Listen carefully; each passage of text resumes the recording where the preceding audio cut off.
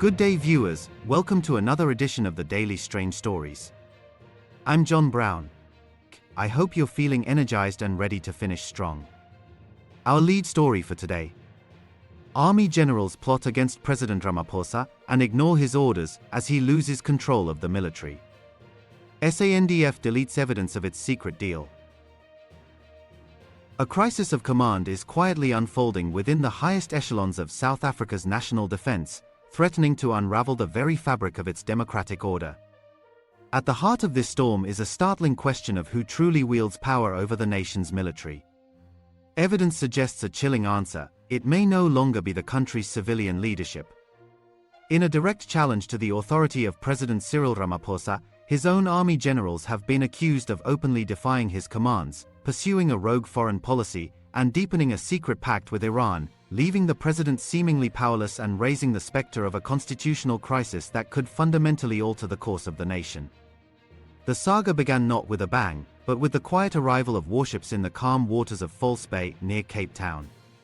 Between the 9th and the 16th of January 2026, South Africa was the host for a multinational naval drill codenamed Will for Peace, also known as Mosi III. The exercise, officially led by China, brought together the navies of several BRICS+ nations, including Russia, the United Arab Emirates, and, most controversially, Iran.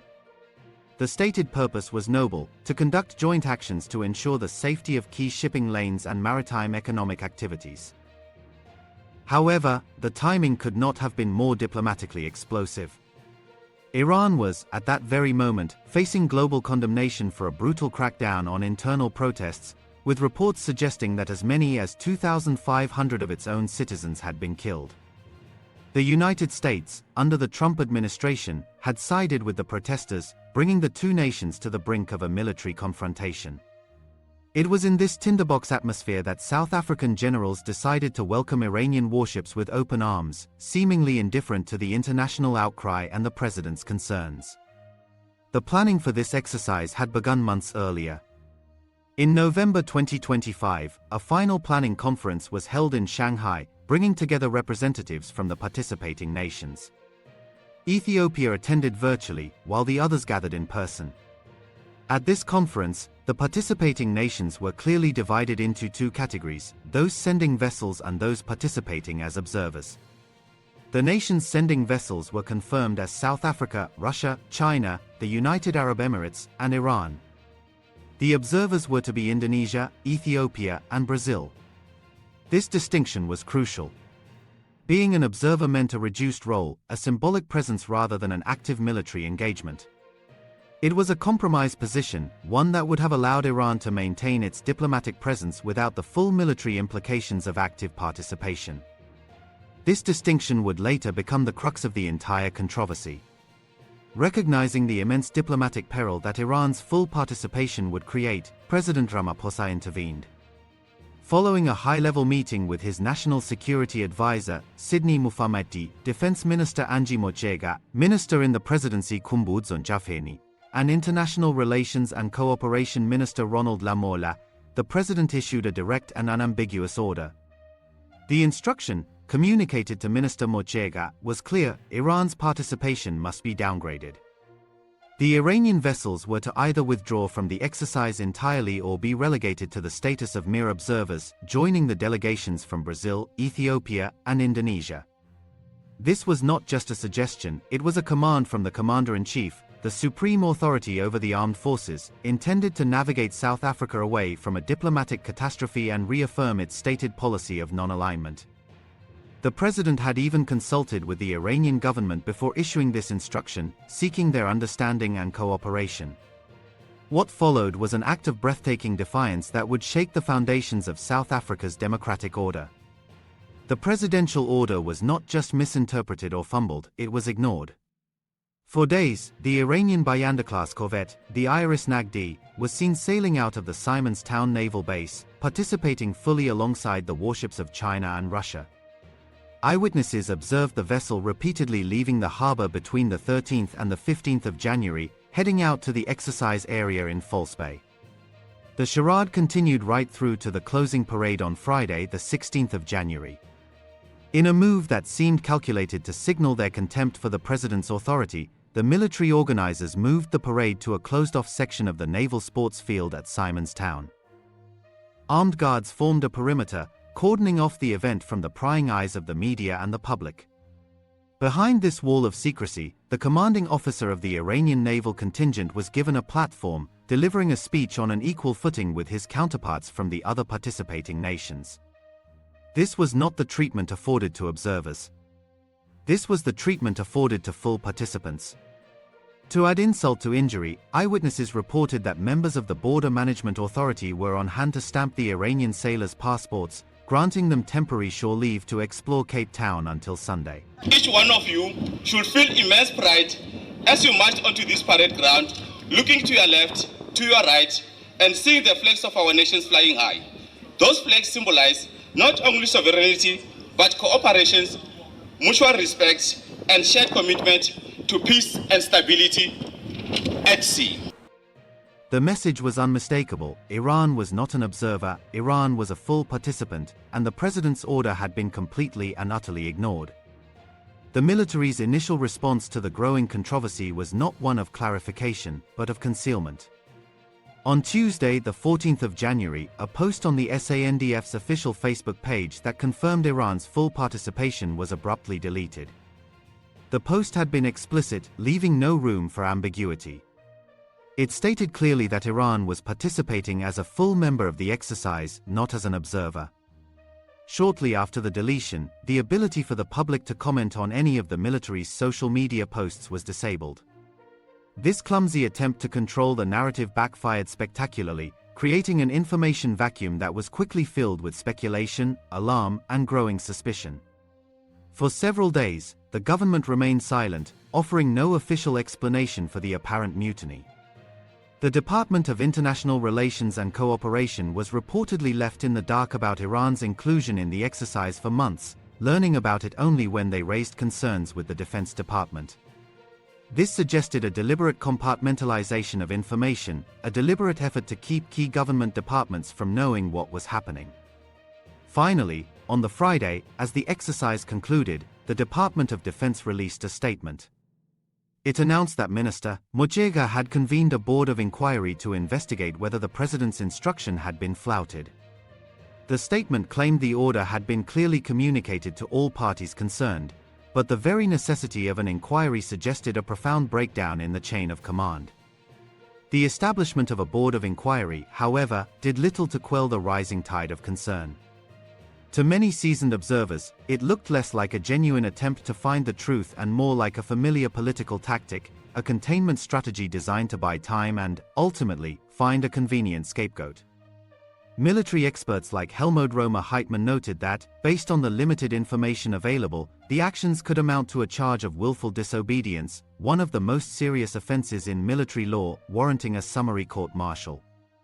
Darren Olivier of the African Defense Review went further, suggesting that the president should have instituted his own independent inquiry rather than leaving it to the military to investigate itself.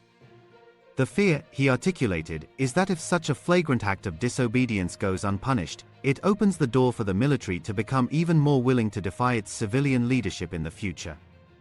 This incident, after all, does not exist in a vacuum.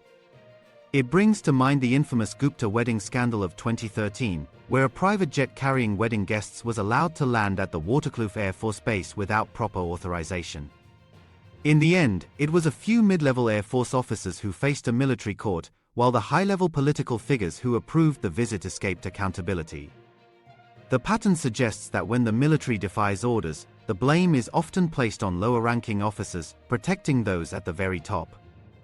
Fingers are now pointing in multiple directions within the military's complex and often opaque command structure. While some sources have singled out the chief of the SA Navy, Vice Admiral Mondelobese, as the central figure in the controversy, the reality is far more complicated and far more damning. An anonymous SANDF general stressed that the exercise was organized not by the Navy, but by the Joint Operations (JOPS) Division. According to this source, the president's instruction was communicated to the chief of the SANDF, General Rudzani Maphwanya, who was then supposed to relay it to JOPS to be executed. This places the responsibility squarely on the shoulders of the highest levels of the SANDF. The actions of General Maphwanya himself have come under intense scrutiny. His term as head of the military is set to end in March 2026, and his controversial visit to Tehran in October 2025, where he made positive remarks about strengthening military ties with Iran, is now seen in a far more sinister light. During that visit, Maphwanya declared that South Africa and Iran stood together alongside the oppressed and defenseless people of the world. The ANC was forced to issue a statement saying his remarks did not represent official policy, and President Ramaphosa himself called the visit ill-advised. On Iran and the general's visit, did the president know that the general was visiting Iran? Neither did he sanction that visit. The general's sort of administrative process for travel approval starts and ends with the minister. As much as the president is the appointing authority and the commander-in-chief, he does not get involved in supervising the general's travel. That process sits with the minister. So the president did not know. Is there concern? Yes, there is a concern. At this period of heightened geopolitical tensions, as well as conflict in the Middle East, one can say the visit was ill-advised, and more so the expectation is that the general should have been a lot more circumspect with the comments he makes, which delve into the area of foreign policy that only the president as well as the Department of International Relations are responsible for, and does not fall in the purview of the officers. We are in a process of managing a very delicate exercise of one, resetting diplomatic relations with the United States, resetting political relations with the US, but more importantly, balancing the trade relationship in such a manner that that trade relationship is mutually beneficial. And therefore, it is indeed not helpful. Yet Maphwanya remained in his position. It raises the disturbing possibility that this was not a simple case of miscommunication, but a deliberate act by generals pursuing their own parallel foreign policy, one that is starkly at odds with the official position of the South African government. The question becomes, was the military leadership working to undermine the president's authority, or were they simply acting on their own ideological convictions about South Africa's international relationships? This open defiance is symptomatic of a deeper rot that has been festering within the SANDF for years. The top brass has grown increasingly frustrated with chronic underfunding and what they perceive as deliberate neglect from the government. Vice Admiral Lobese himself has been a vocal critic, publicly accusing the National Treasury of being unpatriotic and defying the president's wishes by starving the military of funds. In speeches at two separate events in November 2025, Lobese questioned whether government officials and political decision-makers might be directly or indirectly influenced by drug cartels, maritime criminals, and human traffickers to deliberately weaken the nation's defenses. He pointed to the United States military buildup near Venezuela, the military crisis in Ukraine, and the US threatening Nigeria, asking rhetorically, who will the West target next on our African continent? Lobese also highlighted the prolonged absence of the SA Navy at sea due to the non-availability of ships and submarines, warning that this was a major security concern. He noted that the chief of the Kenyan Navy had caught a ship from East Asia carrying a large consignment of drugs destined for Mozambique, and the Philippine Navy chief had brought to his attention that they regularly arrest ships carrying drugs whose destination is Southern Africa. Ladies and gentlemen, yesterday I hosted the chief of the South African Navy Prestige Charity Ball, and I called for all that were in attendance to not ignore what is currently happening around the world, especially within our country. As a South African citizen, you cannot afford to be ignorant on the current affairs and the state of our nation. As a parent, you cannot find yourself not being concerned about the future of your child or children. As Chief of the Navy, I am entrusted in providing mission-ready and capable Navy that must be able to patrol and keep our country's territorial waters safe, in order for my fellow South Africans to feel safe and enjoy the resources and wealth that is found in our oceans. Let me put it in simple way, for ease of understanding for any ordinary South African. The point I want to bring across is that the South African Navy is not just a military force. It is a protector of our sovereignty, our maritime resources, and our citizens. In the same breath, our country is losing in the region of over 6 billion rands annually due to illegal, unregulated, unreported fishing. Unmonitored vessels in our sea pose a risk to the Republic. At any given time, we have over 600 vessels in our territorial waters, of which some are involved in human trafficking, some with illegal fishing, some stealing our minerals, some smuggling weapons, while some polluting our beautiful seas and beaches, but to name but a few. Ladies and gentlemen, we also have to appreciate the fact that 98% of our country's trade volume moves by sea, making it the lifeblood of our international trade. Our maritime trade contributes significantly to our country's economy, with seaborne trade accounting for about 58% of total trade volume. Therefore, ladies and gentlemen, the continuous absence of the Navy at sea is dangerous for our country and any maritime country for that matter. Today, as the country, we are battling the high pollution of illegal immigrants. Our society and the future of our kids is being destroyed by drugs which gets into their hands through the seas. I invite you to read an article which was recently published on the Defense Web titled Opinion, Between Two Oceans and the South African Navy in Crisis, written by Nicholas Gottsel, a member of Parliament, who is a member of the Joint Standing Committee on Defense. In there, he makes mention that, and I quote, various stakeholders in society tend to see expenditure on defense as being detrimental to expenditure in an economic realm. Yet, a robust defense force is essential to protect sovereignty, secure 80% of trade through maritime routes, support domestic stability, and lead African peacekeeping missions.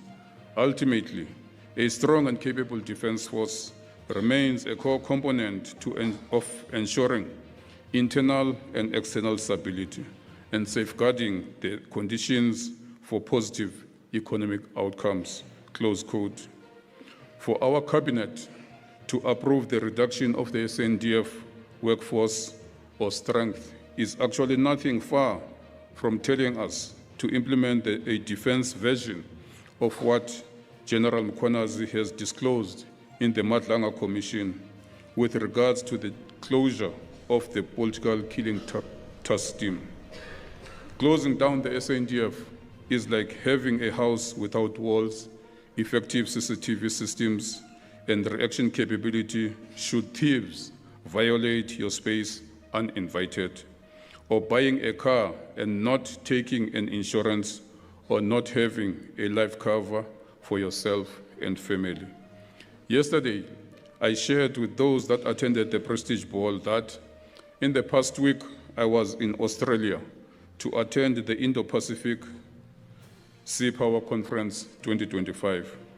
Whilst I was interacting with the chiefs of navies from different maritime countries at the conference, the chief of the Kenyan Navy mentioned that a week before coming to Australia, his Navy caught a ship from East Asia that was carrying a large consignment of drugs, which was destined for Mozambique.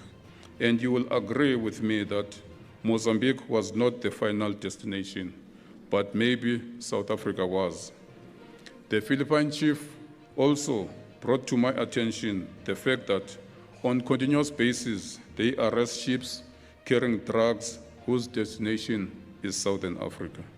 So what I am stressing is that Our prolonged absence at sea due to non-availability of serviceable ships and submarines, all because of under-resourcing of our Navy, should concern you as fellow South Africans.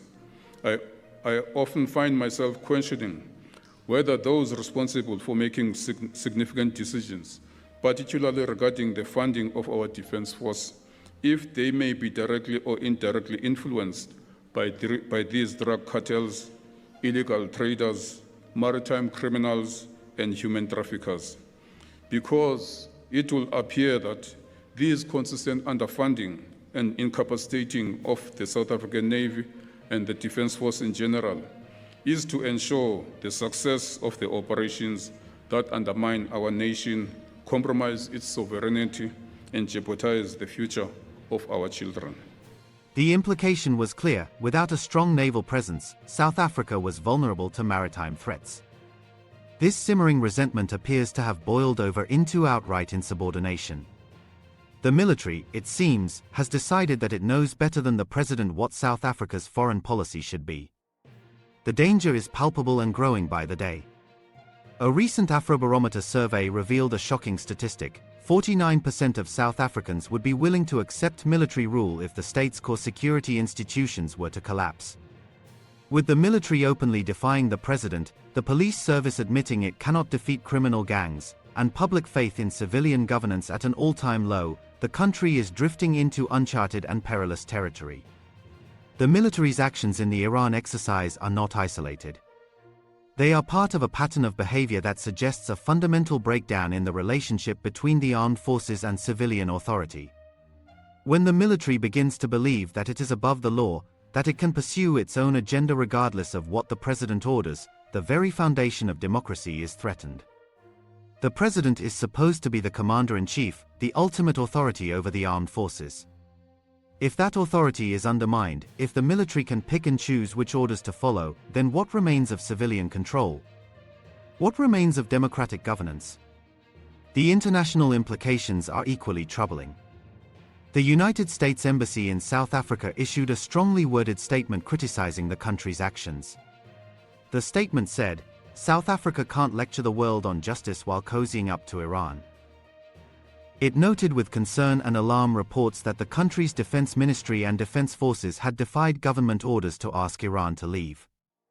The U.S. Embassy said Iran's participation undermined maritime security and regional stability and was unconscionable as Iran suppressed protests back home.